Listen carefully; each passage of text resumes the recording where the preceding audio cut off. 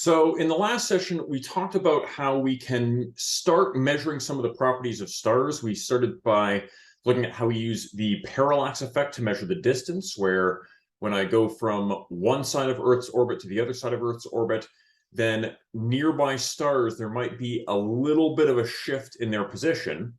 And if we can measure that parallax angle in arc seconds, we can relate that to the distance to the star in parsecs. One of the things that I did mention last class that wasn't entirely true is that we always have to say, I'm waiting for 6 months in between those two observations when I'm on opposite sides of the sun's orbit. However, that was actually disproven a couple of years ago. The NASA's New Horizons spacecraft, which did a flyby of Pluto in, I think, 2014 or 2015, sometime around then. It is now far enough away. It's more than 4 billion miles away from Earth. So Earth's perspective and this New Horizons spacecraft's perspective is large enough that for some stars, you can actually see the change in the apparent position with, just visually by looking at the differences in these two images. So this is from the Earth, this is from New Horizons. We can see that little shift because we've got such a large baseline there. Again, missions like the Gaia mission that is specifically designed to measure these parallax measurements is still more accurate overall, but it's kind of interesting seeing that if we move that observing point even further away, we can actually identify that parallax shift. So we use that method to measure distances. We talked about the way that we measure luminosity by saying, if I can measure the apparent brightness of a star, basically use a telescope to say, this is the intensity of light that's reaching the telescope, and I know the distance to that star, then I can use that together to figure out, well, how much luminosity does a star have? What is its intrinsic power output? So we looked at a bunch of examples last time of using comparison style questions to compare brightness, luminosity, and distance. So what we want to talk about now is how do we measure things like temperature, how do we measure the size of the star, and how do we measure the masses of these stars? So let's start with temperature. So measuring temperature.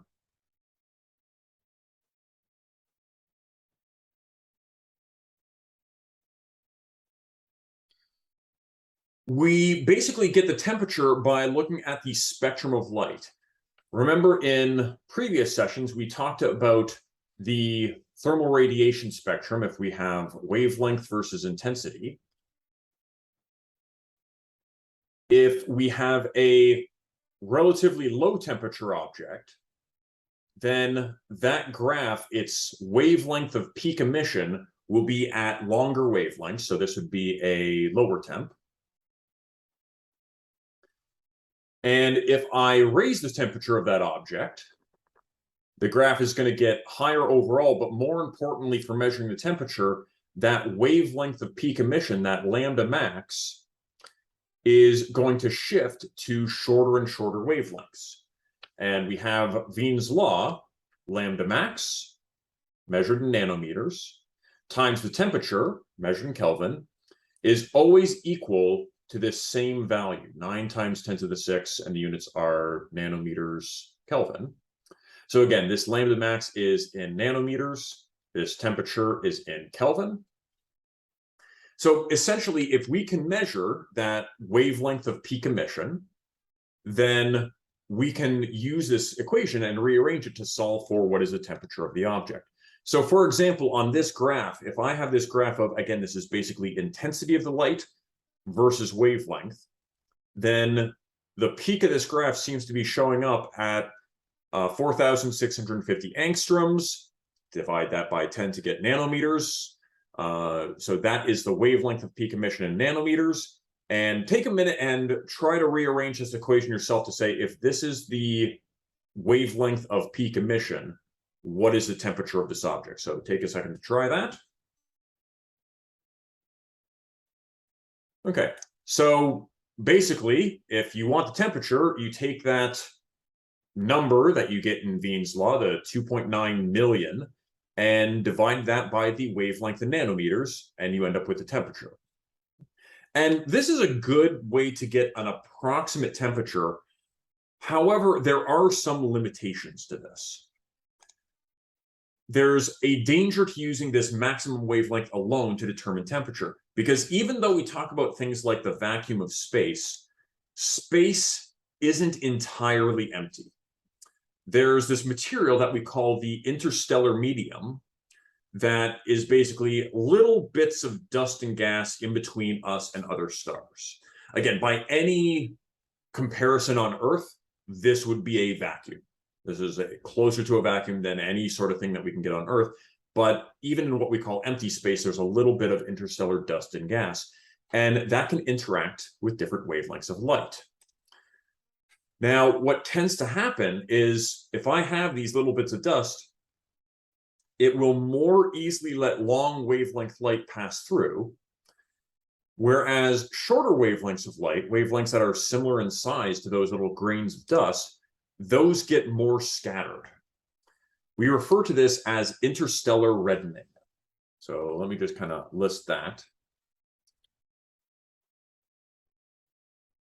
Interstellar reddening. And basically, this scatters a little bit of blue light. It scatters blue light more than red light.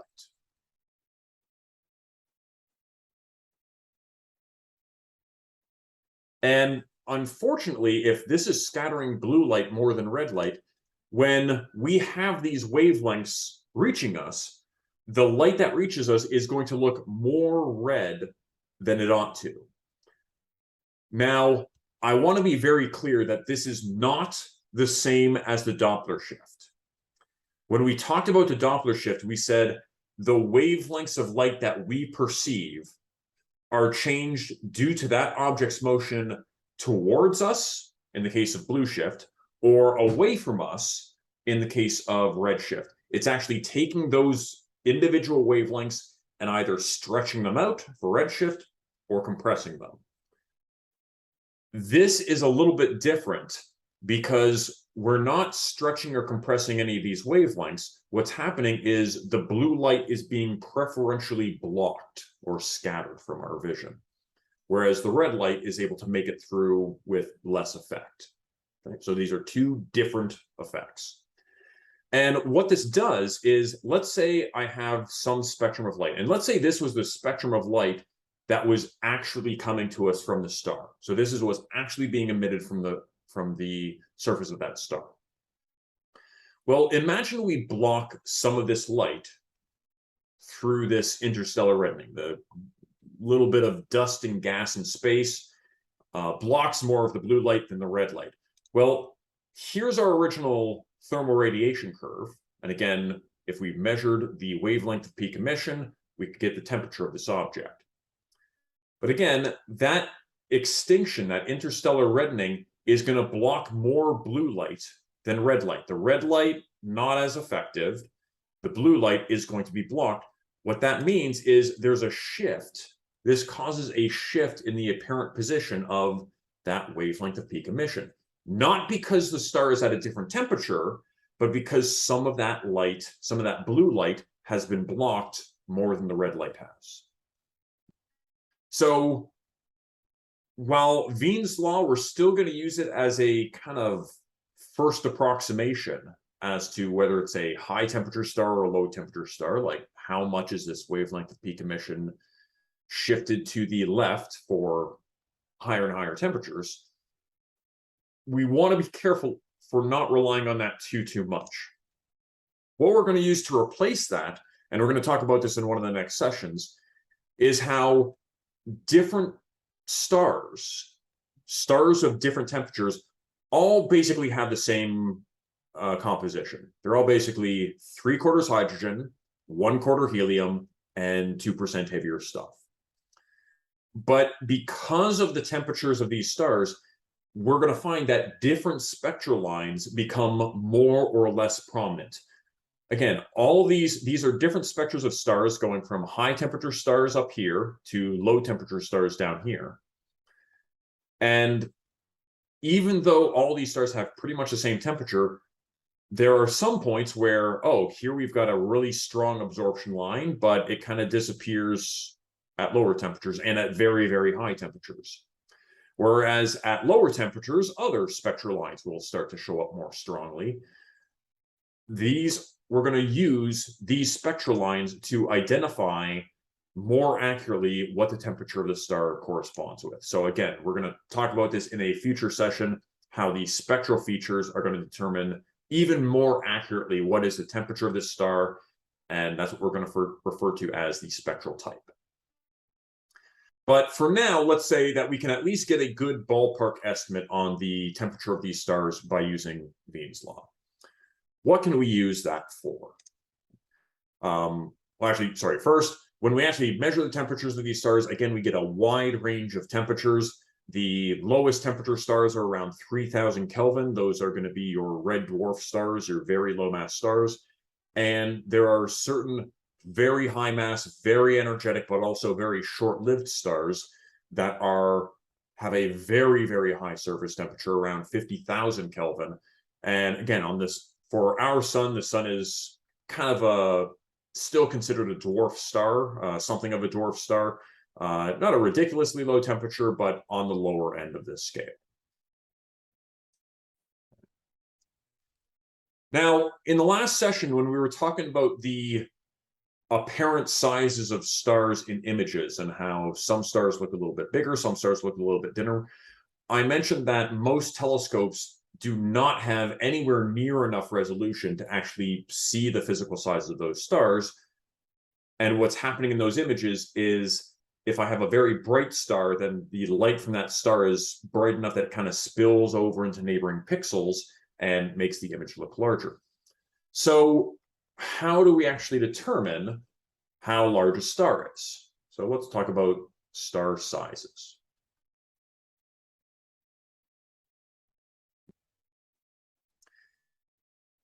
Well, if we know the surface temperature by, again, either using Wien's law and saying where is that wavelength of peak emission, and using that to get the temperature, or again, later on, we're going to talk about using spectral types to get temperature. Let's say we know the temperature. Well, the Stefan-Boltzmann law tells us if I know the temperature of this object, I know what is the light flux from this star. So if we have temperature, let me write this down. If we know temp, then the flux is the Stefan-Boltzmann constant times temperature to the power of 4. So if we know the temperature in Kelvin, this flux is the light power output per square meter. So it's the light power output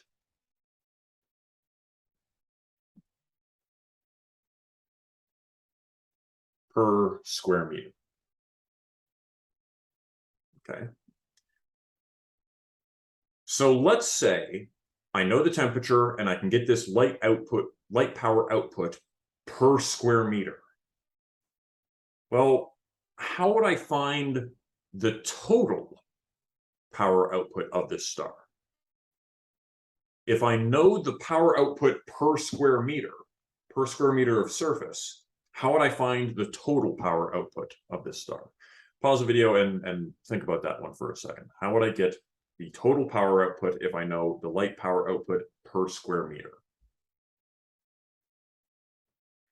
Well, basically, if I know the light power output per square meter, if I want to find the total power output, I have to multiply that by how many square meters of surface does this star have. And if I take that light power output per square meter, multiply it by how many square meters of surface this star has, that will give me the total light power output, which is just the luminosity of the star. So we get the following equation.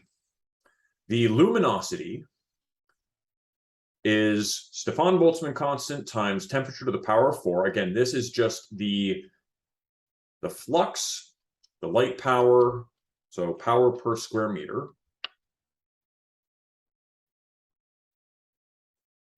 And we multiply that by the surface area of the star.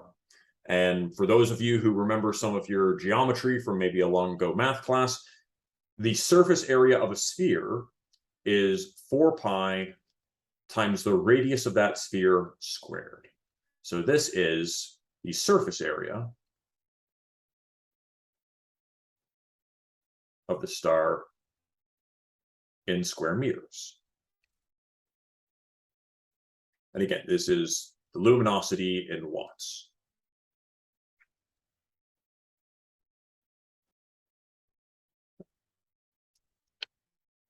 Again, we've got, in this equation, we've got the flux, the light power output per square meter, so that would be watts per square meter, multiplied by the area, the number of square meters, and that gives us our full power output. So again, we can rearrange this equation. So we've got this form of the equation. I'll put a box around this part. But I can also write this in the form of the radius is the square root of the luminosity over 4 pi times the Stefan Boltzmann constant times temperature to the power of 4. So the idea here is if I know the luminosity, which again we've talked about before, how we can measure the luminosity of some stars if we have enough information, and if I know the temperature of that star from, let's say, the Stefan Boltzmann law or identifying the spectral type, we can actually determine what is the size of the star. So if I know the luminosity and the surface temperature, I can infer what the size of the star is. Now, when you're going through problem questions, homework questions, things like that, you want to be very careful about what information you've been given and what information you're being asked to determine, because this is going to have a major effect on which equations you're probably going to be using. In this equation, if you have a question where you're relating the luminosity, the temperature of the star, and the size of the star, you're probably going to use this equation. If you have a question where you're relating the apparent brightness, the luminosity, and the distance to the star, well, you're probably going to use one of these equations.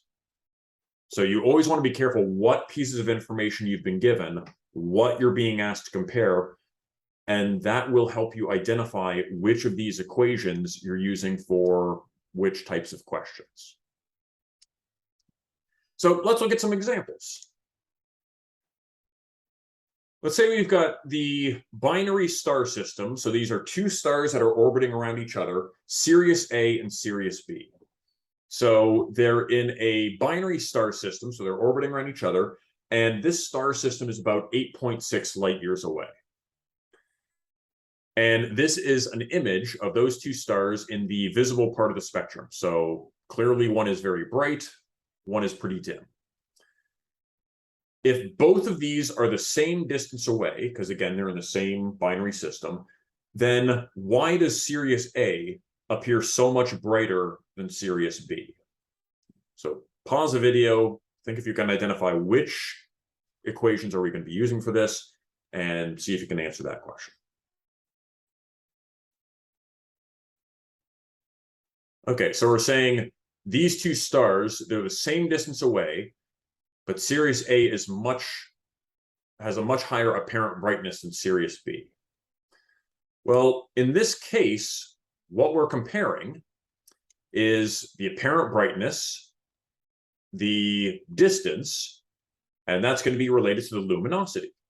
So even though they're the same distance away, if Sirius A is much brighter, has a much higher apparent brightness, that means it must have a higher luminosity. Because again, we're saying these are at the same distance, so the only way to make the equation balance out, if Sirius A has a higher brightness, it must also have a much higher luminosity. And this is the case. Sirius A is about 26 times more luminous than the sun. Sirius B is only about 1/2000th the luminosity of our sun.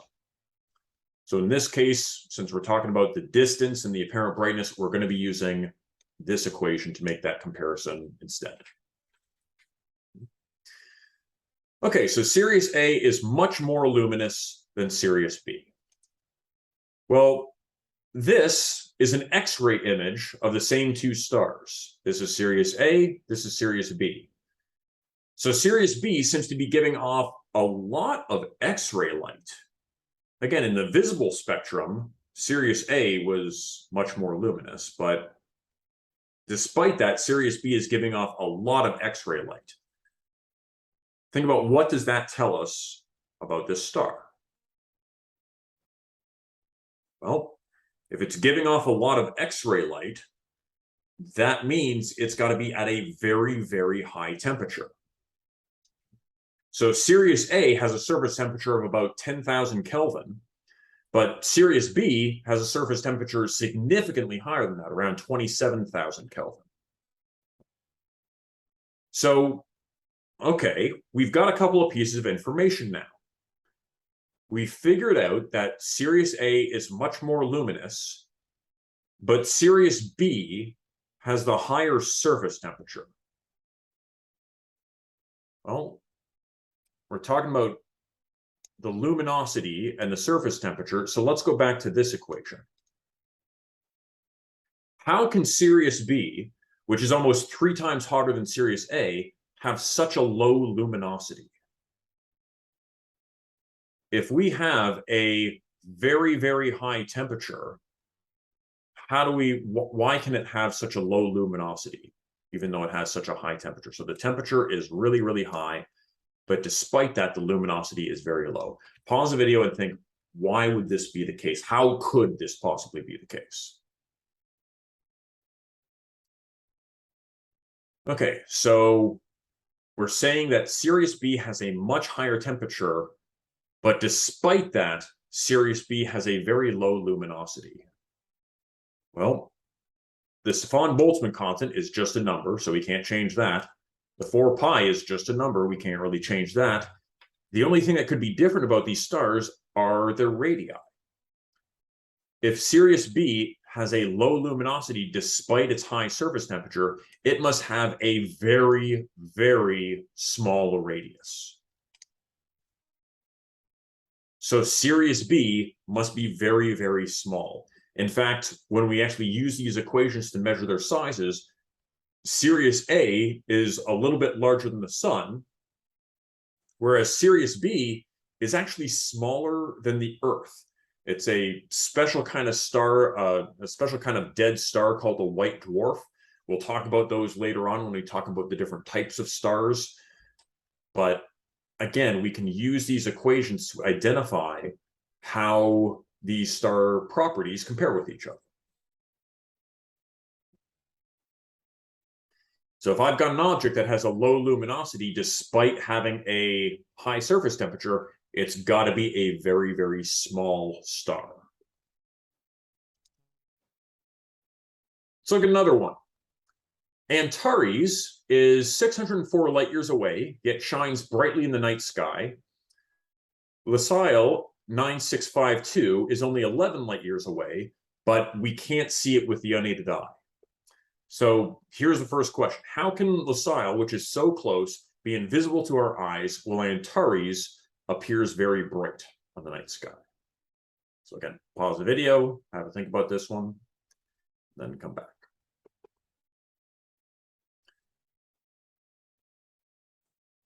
Once again, we first have to identify which equation is going to be more important. This one, we're talking about distance, and we're talking about how easy they are to see, so that sounds like apparent brightness. So we're going to have to go back to this equation.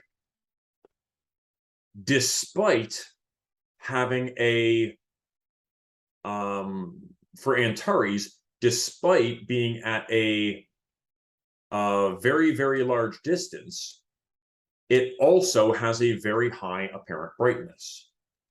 So if it's got a very large distance, but still has a very high apparent brightness, that means the luminosity must be absolutely huge for this one. On the other hand, Lacaille, which is pretty close, so it's a small distance, it's a low distance, but it still has a low apparent brightness, that means that one has a very, very low luminosity. And when we actually run through the numbers for these particular stars, Antares has a luminosity around 38,000 times the luminosity of the sun. Lacaille has a luminosity of about 5% of the sun's. So again, in this case, we're comparing the distance and the apparent brightness, so that's going to relate to the star's luminosity. But these stars are both relatively low temperature stars, relatively cool stars with surface temperatures around 3,500 Kelvin. So if they've got the same temperature, how can Antares have such a high luminosity while Lacaille has a very, very low luminosity if they have the same surface temperature? Well, now we're talking about surface temperature and luminosity. So that might relate to this equation again. So if Antares has a very, very high luminosity, but the temperature is the same, so if this temperature is the same for both, that means Antares must have a very, very large size. Well, Lacaille must be a pretty small size. And again, when we go through the numbers for this, Antares is what we call a red supergiant. Its radius is actually around 3 AU. If it were in our solar system, it would envelop the orbits of Mercury, Venus, Earth, Mars, and be partway into the asteroid belt of our solar system, if it were in our solar system. Whereas Lacaille is a little bit smaller than our own sun. So again, with these kinds of equations, we want to be able to compare and contrast different kinds of objects, identify where different equations are being used, which pieces of information are being given, so which again tells us which equation we want to use. Let's do one or two more quick examples with some numbers, a comparison style question. So I'm going to try to come up with a comparison style question on the fly here. Let's say we've got two stars.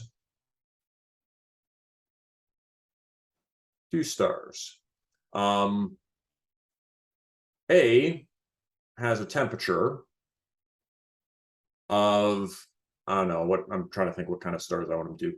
Let's say 10,000 Kelvin. B has a temp of 4,000 Kelvin. And let's say that star B is 20 times more luminous.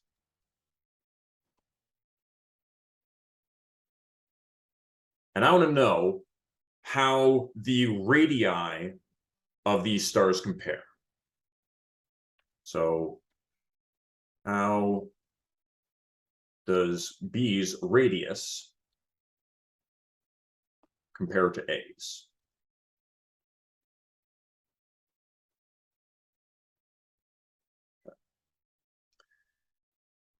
So again, we're going to be using this radius equation because we're talking about, I'm looking at how their luminosities are different, I'm looking at how their temperatures are different, and we want to find out what's going to happen to the radius of this star. So we're going to set this up as a comparison style question. So we're starting with this equation. Switch colors here. We're starting with this equation.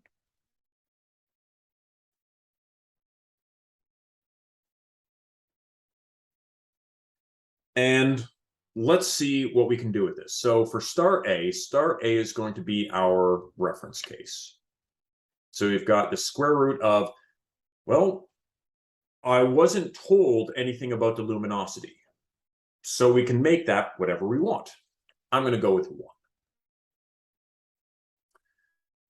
The 4 pi times sigma in the denominator here, as you might have guessed, this is going to cancel out later on. So like we did with the 4 pi in the session when we were talking about the luminosity equation, we're just going to take this 4 times pi times the Stefan-Boltzmann constant, and we're just going to call it 1 for ease of calculation. And the temperature, well, we actually have a value for the temperature, so this is going to be 10,000, and that has to be to the power of 4. We are going to get, in some cases, very, very large, or in this case, very, very tiny numbers. But remember the rules for using scientific notation. You're probably going to have some scientific notation stuff coming up in here, but just be aware of that. So if I do 1 divided by 10,000 to the power of 4, this is going to be a very tiny one number. So 1 divided by 10,000 to the power of 4, I got 1 times 10 to the negative 16. So that's still inside the square root. 1 times 10 to the negative 16. And if I take the square root of that, I get 1 times 10 to the negative 8. So we end up here with 1 times 10 to the negative 8. Not as nice numbers as we're used to, but remember, we can still play around with things in terms of scientific notation. It's a little bit more annoying plugging that into your calculator. When you're using scientific notations, sometimes calculators will have a button labeled either EE or EXP, and that can help you enter numbers in scientific notation, which can help a lot with avoiding math typos, things like that. Otherwise, if you just have a power of 10 button, make sure when you take things like the square root, you put brackets around there. So again, just some things to watch out for. Make sure that you know how to get this kind of a result. So try this one yourselves. And if you're having trouble getting your calculator to do that operation correctly, come to office hours, ask some questions on that. Okay, so that's star A. Now we want to look at star B. So this is our B. We want to know how it compares with star A. Well, we said star B is 20 times more luminous. So if we used 1 in the beginning, we're going to use 20 for that luminosity now. The 4 pi times the Stefan-Boltzmann constant is still 1, but this star only has a temperature of 4,000 Kelvin. We still have to take that to the power of 4, so we're still going to get kind of an annoying number. But let's see what we get. So if I do 20 divided by 4,000 to the power of 4, I got 7.81 times 10 to the negative 14. And if I take the square root of that,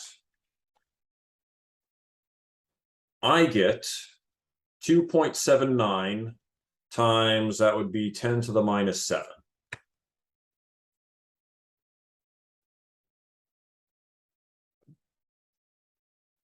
Now, the last step here is that I want to compare the radii of these stars. So we're going to go new case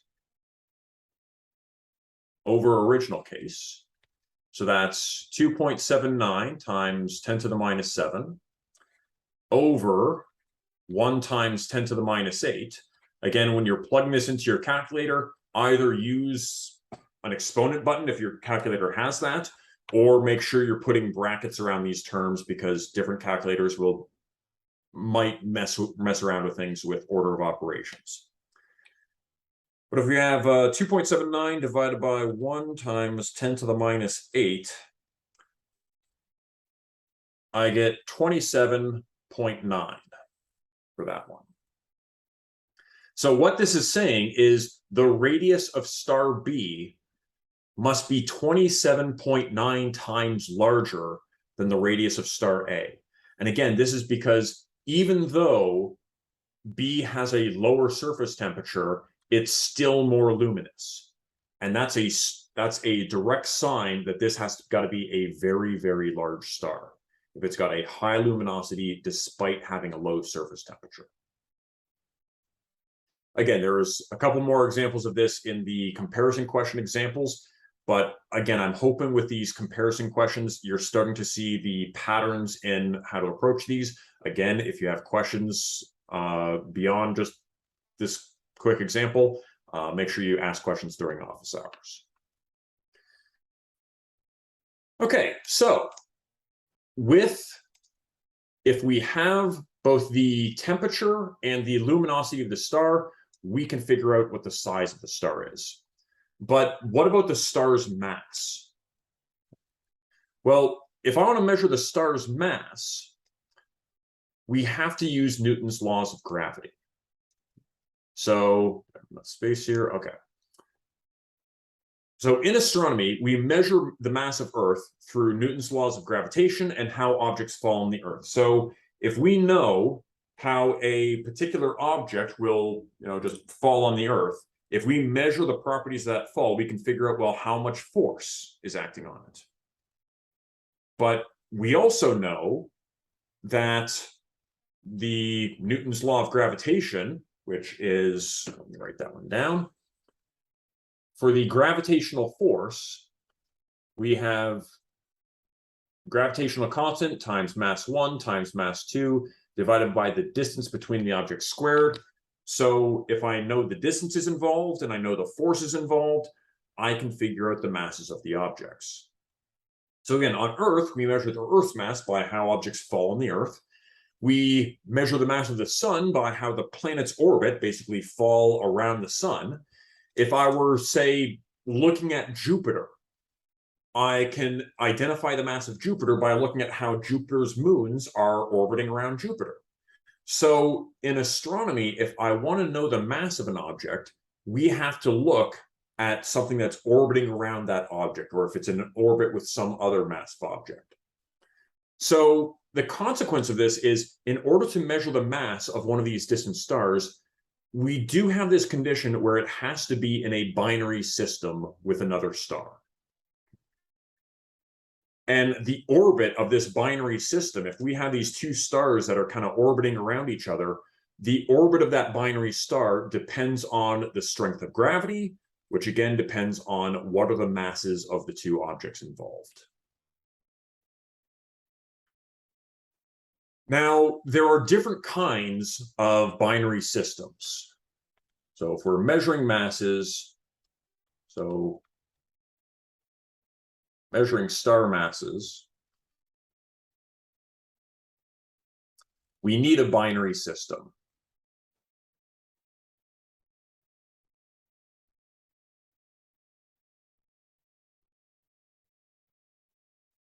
And we classify what kinds of binary star systems there are based on what we can observe from the Earth. So we're going to talk very briefly about visual binaries, eclipsing binaries, and spectroscopic binaries.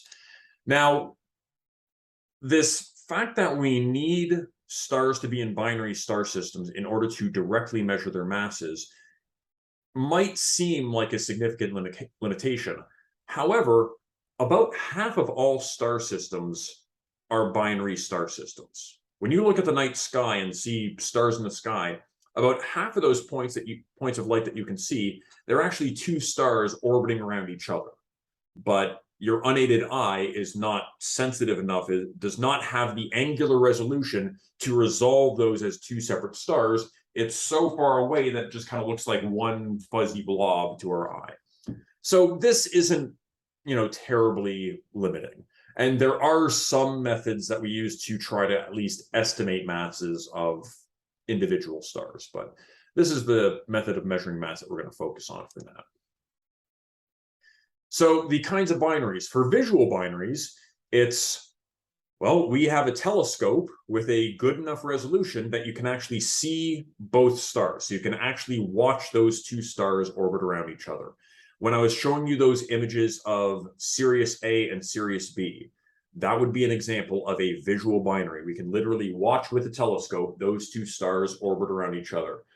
I forget how long the orbit is. It might be like a couple days or something like that, but could be longer, could be shorter, probably more likely on the longer side than anything, but we can actually measure those stars orbiting around each other. If we have an eclipsing binary, then I might not be able to see both stars individually and be able to resolve each star individually. However, if those stars are orbiting in such a way that one will eclipse the other every orbit, so one is going to block the other one's light, at certain times, the kind of fuzzy image that we see is the combined light from both stars. But every orbit, one star passes in front of the other, and it blocks some of the light of the background star. So what we observe on Earth is a dip in the apparent brightness. Half an orbit later, well, maybe the other star will block part of the second star's light. So we see another little dip in the brightness. And if we see this repeating pattern of dips in the brightness, we can identify, oh, this is an eclipsing binary star, and I can still measure the period of the orbit. Even though I can't see the individual stars, I can measure it takes this long to go through these, dips in the brightness. So we can still measure the period of these orbits. If I have a spectroscopic binary, this is another case where, again, I can't resolve the individual stars, but I can see the spectral lines, the combined spectral lines from both stars. If I have two stars orbiting around each other, okay, they can be orbiting in different ways if they're similar masses, or if one's more massive and not moving as much as the other one orbits around it. In fact, it'll look something like this. If I go to this gravity and orbits, I know I have this set up for an Earth-Moon system, but we're just going to pretend that these are both stars. Then these stars, even if they're significantly different masses, both of them might be moving a little bit. So let's say that the Earth is far off in this direction. Then that pink star, there's times where it's moving away from me, so the light would be redshifted, and times when it would be moving towards blue shifted. So the light from the pink star is going to be redshifted, blue shifted, redshifted, blue shifted. And if I see that shift, I can identify how fast this orbit is, and I also know the period of the orbit. Similarly, the other star is also got a little bit of motion towards, a little bit of motion away. So when it's moving towards, again, we're saying the Earth is over here. When it's moving towards the Earth, it's blue shift. Moving away from the Earth, it's red shift. Not as much. And if we can actually see the differences in the speeds that these are moving, we can identify, well, what's the difference in their masses? We can find out more information about this system if we can see those spectral lines changing. So in these systems, let me jump back to here. If I can identify, if I can see the spectral lines from both of these stars as they orbit around each other, I can see how those spectral lines are being Doppler shifted, and we can measure how fast these stars are moving. Now, what we can do from here is we can use a modified version of Kepler's third law. So again, going back to Isaac Newton and saying, well, how do we actually get Kepler's law? We're not going to go through many math examples of this, so we're not going to need this equation, but we're going to look at some of its properties. Notice this is basically a more detailed version of Kepler's third law. We've got period squared. We've got the semi-major axis cubed. But now we've got a couple other terms. Remember when we talked about Kepler's laws, we said the Kepler's law of p squared in years equals a cubed in astronomical units. We said that only works in the solar system, where the dominant mass is just the mass of the sun. This one is more general. This one works everywhere. And we can actually write a simpler version of this. So again, we're not going to need this equation specifically, but we'll be seeing it a couple of times and just looking at things qualitatively as we try to measure masses in different kinds of physical systems. we've got p squared over a cubed divided by the total mass, where this is the period in years. This is the semi-major axis in AU, and this would be the total mass in solar masses. So in solar masses. So for example, if you're in our solar system, well, again, the sun is the dominant mass in the solar system, and our sun's mass in solar units by definition is just 1. So if you say, oh, I'm in our solar system, the mass is just the sun's mass, so that's 1 by definition in these units, then we get back to Kepler's law that we're used to. However, if I look at other orbits of other objects, if I can measure the period and I can measure the size of the semi-major axis, I can use this equation to figure out what is the mass of that system in these solar units. So essentially, if I want to measure the mass of one of these stars, so mass of one of these binary star systems, I need 2 of the following 3 quantities: the orbital period, how long it takes for those objects to orbit around each other; the orbital separation, basically the size of the semi-major axis; or we can have the orbital velocity, because if I know the period and the radius, I can get velocity, or I can work backwards as well. Now remember, if we have the visual binary, we can watch those 2 objects orbit around each other, so we can just time how long it takes to go through the motion, and we can actually see, well, what's the size of the orbit? So we're good there. If I have an eclipsing binary, one where one of the stars blocks the light of the other star, we can get the period of motion, but we can't quite get everything that we need if all we have is that eclipsing binary. But if I have one of those spectroscopic binaries where I see these stars are alternatingly going through blue shifts when the star goes towards you, red shifts when the star goes away from you, I can use those red shifts and blue shifts to measure the orbital velocity. And if I measure how often those happen, I get the orbital period. So again, this is the general method of measuring masses in astronomy. We have to look at objects that are in orbit around each other and use those orbital properties and this modified version of Kepler's third law in order to determine what those masses are. And once again, when we actually apply this and look at stars in our Milky Way galaxy, and most of the stars that we can get a good, accurate look at are in our own Milky Way galaxy, we get a large range of star masses. Most top out around 100 times the mass of the sun, and these are very, very rare. And the least massive stars are around 8% the mass of our sun. And these low mass stars are actually way, way more common than high mass stars. We'll talk about the demographics of these different kinds of stars later on.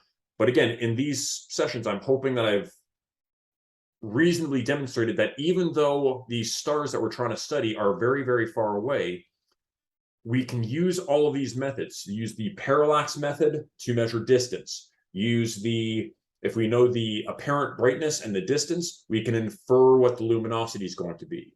We can use the spectral characteristics of the star. Again, we'll go into more detail on measuring star temperatures and measuring spectral types in a future session. But we can use that to determine the temperature of the star.